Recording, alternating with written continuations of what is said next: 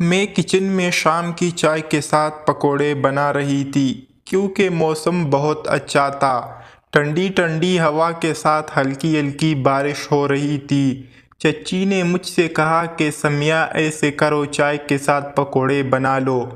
میں کچن میں آ گئی، میں نے پکوڑے کیا بنانا شروع کیے، سب ہی کھانے لگے۔ پچھلے 1.5 گھنٹے سے پکوڑے بنا بنا کے میں تک چکی تھی، بس اب آخر کے پکوڑے زین کے لیے بنا رہی تھی کیونکہ مجھے پتا تھا وہ بھی شوق سے کھاتا ہے۔ جب وہ جلدی سے کچن میں آیا، کہنے لگا کیا کر رہی ہو؟ میں نے کہا پکوڑے بنا رہی ہوں تمہارے لیے۔ کہنے لگا چھوڑو اس سے۔ اس نے میرے ہاتھوں سے پکوڑوں کا آمیزہ کا پیالہ پکڑا اور شل پر پھینکا، پھر کہنے لگا ہاتھ دھو اپنا۔ میں نے کہا کیا ہو گیا ہے؟ کہنے لگا اپنے ہاتھ دھو، جلدی کرو، کوئی نہ کوئی آ گیا تو بڑی مصیبت ہو جائے گی۔ میں نے کہا ایسی بھی کیا بات ہو گئی؟ اس نے میری کلائی پکڑی اور سنک کے پاس لے آیا، پھر سنک کا نل کھولا اور میرے ہاتھ آگے کر دیے۔ میں نے اپنے ہاتھ دھوئے، پھر میں نے کہا کڑاہی میں پکوڑے ہیں، جل جائیں گے، لیکن اس نے چولہا بند کر دیا۔ ہاتھ پکڑ کر اس نے صحن دیکھا جو خالی تھا، بس خالی پلیٹیں پڑی تھی، سب لوگ کھا پی کے جا چکے تھے۔ اب تو موسم بھی بدل چکا تھا۔ اس نے دائیں بائیں احتیاط سے دیکھا، پھر مجھے اپنے کمرے میں لے گیا۔ میں نے کہا زین کیا مسئلہ ہے تمہارے ساتھ؟ میرے پکوڑے جل جائیں گے۔ کہنے لگا بھاڑ میں جائے پکوڑے، تم کیا ملازمہ ہو سب کی جو دیکھو کچن میں گھسی رہتی ہو؟ چچی نے یہ کھانا ہے، اماں نے وہ کھانا ہے، فاروق بھائی کو یہ پسند ہے، ادھر آؤ بیٹھ جاؤ میرے پاس۔ اس نے مجھے اپنے سنگل بیڈ پر بٹھایا۔ میں نے دوپٹے سے اپنے ہاتھ صاف کیے، پھر کندھے پر لٹکا ہوا بیگ اس نے آگے کیا۔ جب کھولا تو اس میں سے ایک پیکٹ نکالا۔ میں نے کہا یہ کیا ہے؟ کہنے لگا چپ تو کرو۔ اس نے دیکھا تو دروازہ کھلا ہوا تھا۔ اس نے وہ پیکٹ میری گود میں رکھا اور اٹھ کے کمرے کا دروازہ بند کر کے کنڈی لگا دی۔ میں نے کہا زین کیا کر رہے ہو؟ کہنے لگا چپ ہو جاؤ۔ پھر وہ پیکٹ پکڑ کر کے کھولا، اس میں سے ایک زنگر برگر نکال کے میری طرف بڑھایا، پھر مسکرانے لگا، آنکھ دبا کے کہنے لگا کھاؤ اسے، بہت مزے کا ہے، پتہ ہے نئی دکان کھلی ہے اور 500 کا برگر فی الحال 250 میں دے رہا ہے، عیش کرو، جب تک 250 میں دے رہا ہے تب تک تمہارے عیش ہے۔ میں نے اس کے ہاتھ سے برگر لے لیا۔ میں نے کہا میں نے تمہارے لیے پکوڑے بنائے تھے۔ کہنے لگا آگ لگاؤ پکوڑوں کو، پچھلے 1.5 گھنٹے سے تم کچن میں کڑی پکوڑے بنا رہی ہو سب کے لیے۔ کسی کو یہ خیال نہیں آیا کہ یہ کہہ دے کہ سمیہ تم بھی بیٹھ کے کھا لو، باقی کے ہم بنا لیتے ہیں۔ حفصہ آپی، فاطمہ، زینب بھی تو ہے، کوئی تم سے 2 سال بڑی ہے، کوئی تم سے 1 سال چھوٹی ہے، کوئی تمہاری ہم عمر ہے، کسی کو توفیق ہوئی کہ وہ بھی کچن کا راستہ دیکھ لے۔ میں نے کہا کوئی بات نہیں، میرے ہاتھ کے کھانے سب کو پسند آتے ہیں۔ وہ کہنے لگا بانے ہیں، سب کھانے پسند آتے ہیں، ایسی کون سی پیدا ہو گئی تم؟ اصل میں تمہاری 4 تعریفیں کر کے تم سے کام کرواتے ہیں اور تم بیوقوفوں کی طرح پورا دن کچن میں گزار رہی ہوتی ہو۔ بیوقوف لڑکی، اپنے بارے میں سوچا کرو۔ میں نے کہا تم ہو میرے بارے میں سوچنے کے لیے۔ کہنے لگا کب تک؟ میں کب تک تمہارے بارے میں سوچوں گا؟ برگر کھاتے ہوئے اس نے مجھ سے پوچھا، پھر اپنے بیگ میں سے ایک کولڈ ڈرنک نکالی، ایک میرے ہاتھ میں دی، دوسری بیگ میں نکال کے خود کھول کے پینے لگا۔ کہنے لگا یہ بھی ڈیل کے ساتھ تھی، برگر کافی مزے کا تھا اور زین کی باتیں بھی۔ میں نے جلدی سے برگر ختم کیا، کہیں کسی کا رخ اس کمرے کی طرف نہ ہو جائے۔ پتہ نہیں وہ ایسی باتوں کی نزاکت کو کیوں نہیں سمجھتا تھا، اس سے کوئی پرواہ ہی نہیں ہوتی تھی۔ جب اس سے کوئی بات کرنی ہوتی تھی، بیٹھ دڑک میرے کمرے میں آ جاتا تھا، دروازے پہ دستک بھی نہیں دیتا تھا۔ میں جلدی سے اپنا دوپٹہ لیتی، پھر میں کہتی کہ زین خدا کے لیے دستک دے کے آیا کرو، منہ اٹھا کے آ جاتے ہو، مجھے نہیں پتا تمہارا کمرہ ہے نا، تم ہی تو ہوتی ہو یہاں پہ، کوئی غیر توڑی نہیں ہوتا۔ اس کے لیے میں سب سے زیادہ اس کی اپنی تھی۔ مجھے اس کی باتیں اچھی تو لگتی تھی کیونکہ اس میں بہت اپنا پن تھا، لیکن میں اس کی کزن تھی، اس سے اس چیز کا خاص خیال رکھنا چاہیے تھا، لیکن پتہ نہیں وہ کیسے تھا۔ ہاں یہ بات بھی ہے کہ اس نے کبھی مجھ پہ دوسری قسم کی نظر نہیں ڈالی تھی۔ میں بنا دوپٹے کے بھی ہوتی تو وہ لاپرواہی سے اندر آ جاتا۔ کبھی اس نے مجھے اتنے غور سے نہیں دیکھا تھا کہ میں اس کی نظروں سے محسوس کرتی۔ یہ میرا تایا زاد تھا۔ ابا سب سے چھوٹے بیٹے تھے۔ میرے والد 3 بھائی تھے، ایک ہی گھر میں رہتے تھے، لیکن جب میں 5 سال کی تھی تو میرے والدین ایک حادثے کا شکار ہو گیا۔ موقع پر ہی ان کا انتقال ہو گیا۔ پھر مجھے میرے چچا اور تایا نے ہی سنبھالا اور پالا۔ اس بڑے گھر میں سب کے ہوتے ہوئے بھی میں اکیلی تھی، کیونکہ ماں باپ کی کمی کوئی پوری نہیں کر سکتا، نہ کوئی چچا نہ کوئی تایا۔ زین مجھ سے بس 6 مہینے ہی بڑا تھا، اس لیے بچپن میں میرا زیادہ تر وقت اس کے ساتھ گزارا تھا۔ ویسے تو اس سے بڑی مجھے ایک بہن بھی تھی، بھائی بھی تھا، چچا کے بچے بھی تھے، کچھ زین جتنے تھے، کچھ زین سے چھوٹے تھے، لیکن دوستی اس کی صرف مجھ سے تھی۔ جب تک وہ اپنی ہر بات مجھ سے نہ کہہ لیتا، اس سے چین ہی نہیں آتا تھا۔ جیسے جیسے میں بڑی ہوتی گئی، مجھے سمجھ آتی گئی کہ مجھے اس گھر میں رہنے کی قیمت چکانی پڑے گی، کیونکہ بظاہر سب پیار سے بات کرتے تھے، لیکن کاموں کی ذمہ داریاں مجھ پر ڈالتے چلے گئے۔ تائی اماں کہتی، سمیہ فاروق کی شرٹ کا بٹن ٹوٹ گیا، ذرا بٹن تو لگا دو۔ میں کہتی، جی تائی جی۔ ایک ڈیڑھ ہوتا تھا کپڑوں کا، جس سے دھوتی بھی میں تھی، استری بھی میں کرتی تھی۔ بس 14 جماعتیں کیا پڑھی، اس سے آگے کسی نے پڑھنے نہیں دیا۔ تایا اور چچا کہنے لگے، آگے پڑھ کے کیا کرنا ہے ہم نے، کوئی نوکری توڑی کرنی ہے تم سے۔ حفصہ میری تائی ابا کی بڑی بیٹی تھی، وہ زین سے بڑی تھی۔ آج کل تایا ابا اور تائی اماں اس کے رشتے کے لیے فکرمند ہے۔ فاطمہ اور زینب چچا کی بیٹیاں تھیں، اسامہ فاطمہ اور زینب چچی کی بیٹیاں تھیں۔ اسامہ ان کا بڑا بیٹا تھا، جو کہ زین کا ہم عمر تھا، وہ بھی مجھ سے 6 مہینے بڑا تھا۔ زین اور اسامہ میں بس 1-2 مہینے کا فرق ہوگا، لیکن تھا بدتمیز اور بد لحاظ۔ زین اور اسامہ کے درمیان اکثر کسی نہ کسی بات پہ لڑائی ہو جاتی یا بحث ہو جاتی۔ میں برگر کھانے کے بعد کمرے سے باہر آ گئی اور کچن میں چلی گئی۔ پکوڑے باقی جل چکے تھے، میں وہ پلیٹ سے نکال رہی تھی تاکہ اوپر چھت پہ ڈال دوں، پرندے یا بلی وغیرہ کھا لے گی۔ جب اسامہ کچن میں آ گیا، کہنے لگا، ایک تو تم نے ہمارے پیسوں کو حرام کا سمجھ رکھا ہے۔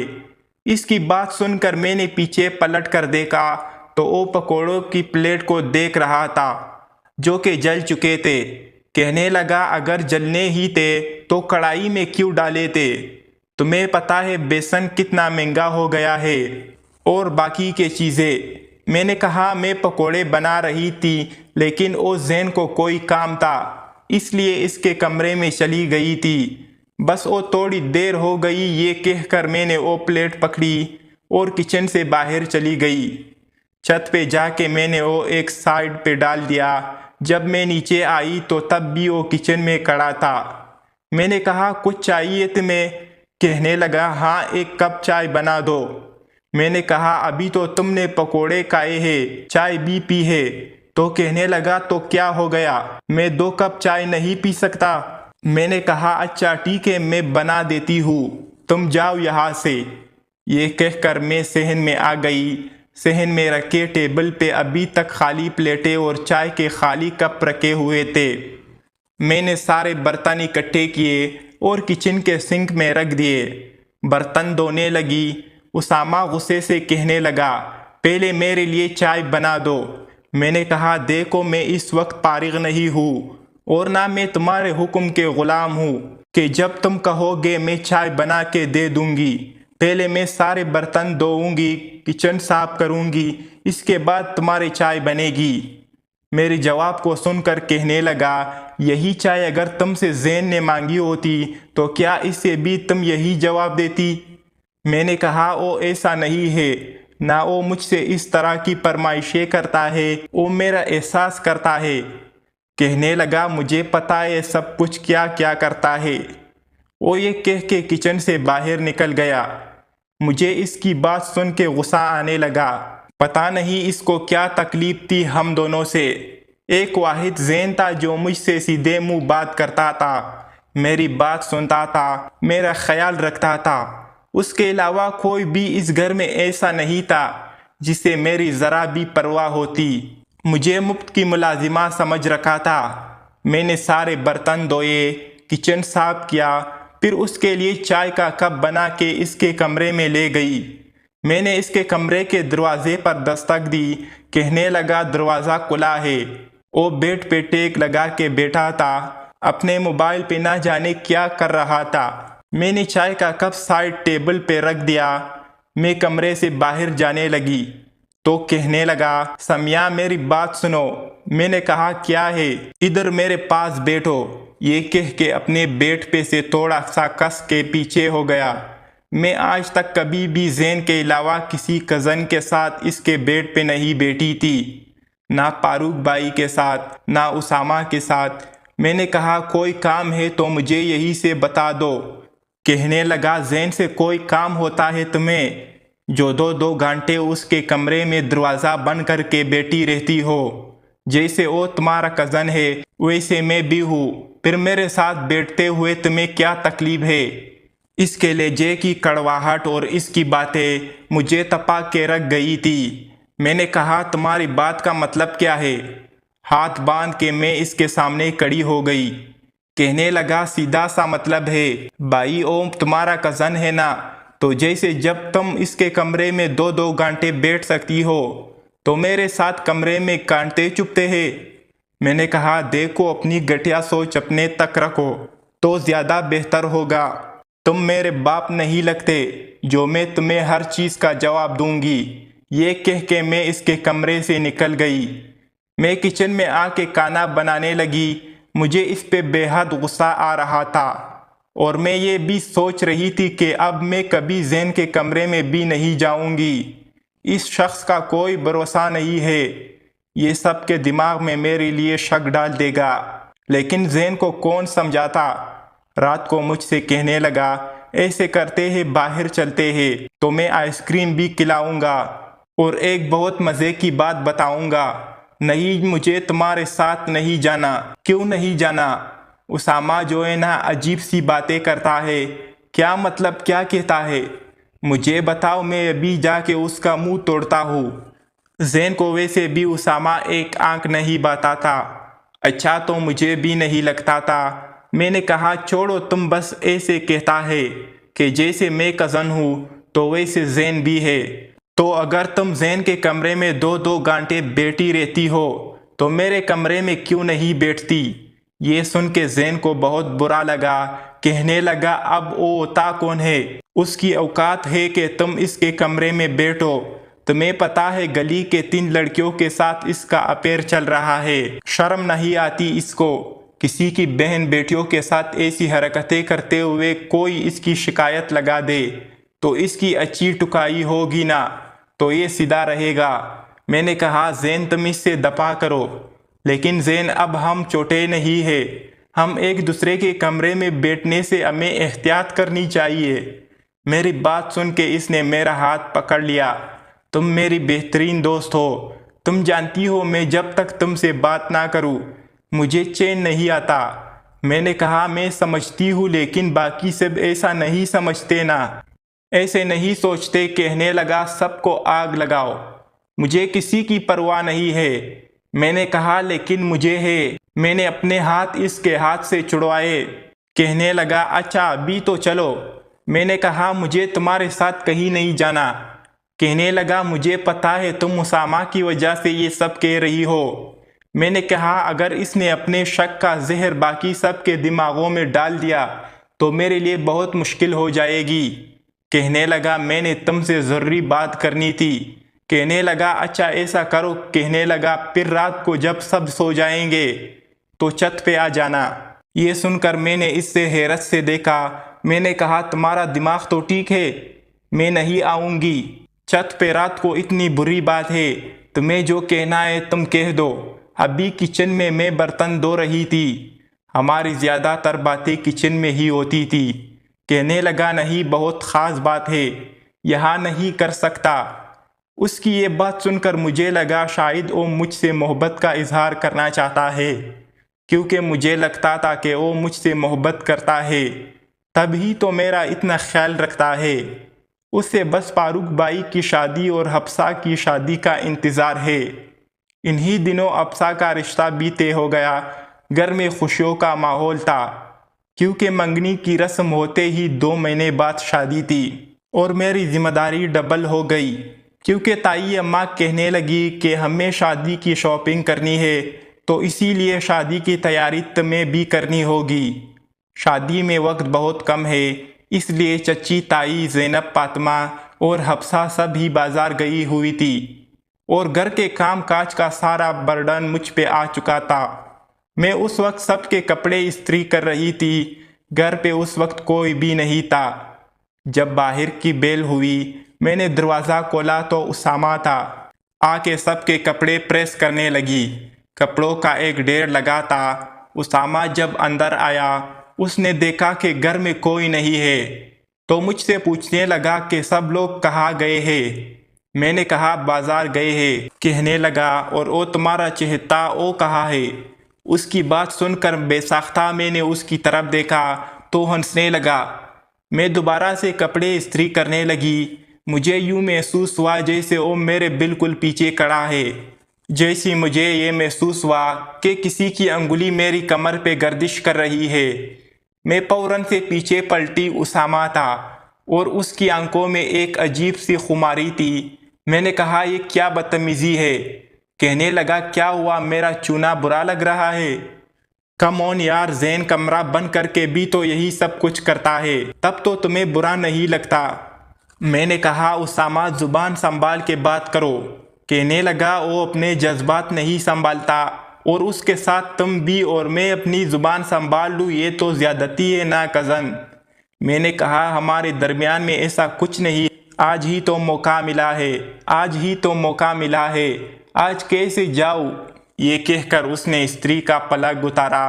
میرا دل کانپ کے رہ گیا، کیونکہ مجھے اس کے ارادے اچھے نہیں لگ رہے تھے۔ میں نے استری وہیں چھوڑی اور بھاگ کے اپنے کمرے کی طرف چلی گئی، لیکن جیسے کمرے کا دروازہ کھول کے اندر جا کے دروازہ بند کرنا چاہا، تب تک اس نے اپنا پیر میرے دروازے کے اندر اڑا دیا۔ میں پوری کوشش کرنے کے باوجود دروازہ بند نہیں کر پا رہی تھی۔ میں بے حد گھبرا گئی، خوف کے مارے میری جان نکل گئی۔ جب اس نے ہاتھ سے دھکا دے کے دروازہ کھولا اور اندر آ گیا، میں پیچھے ہٹنے لگی۔ میں نے کہا اسامہ میرے قریب مت آنا، لیکن اس نے پیر سے دروازے کو زور سے بند کیا، دروازے کی کنڈی لگا دی۔ میں نے کہا خدا کے لیے میرے قریب مت آنا۔ میں نے کہا زین پلیز مجھے بچاؤ، تایا ابا، تائی امی۔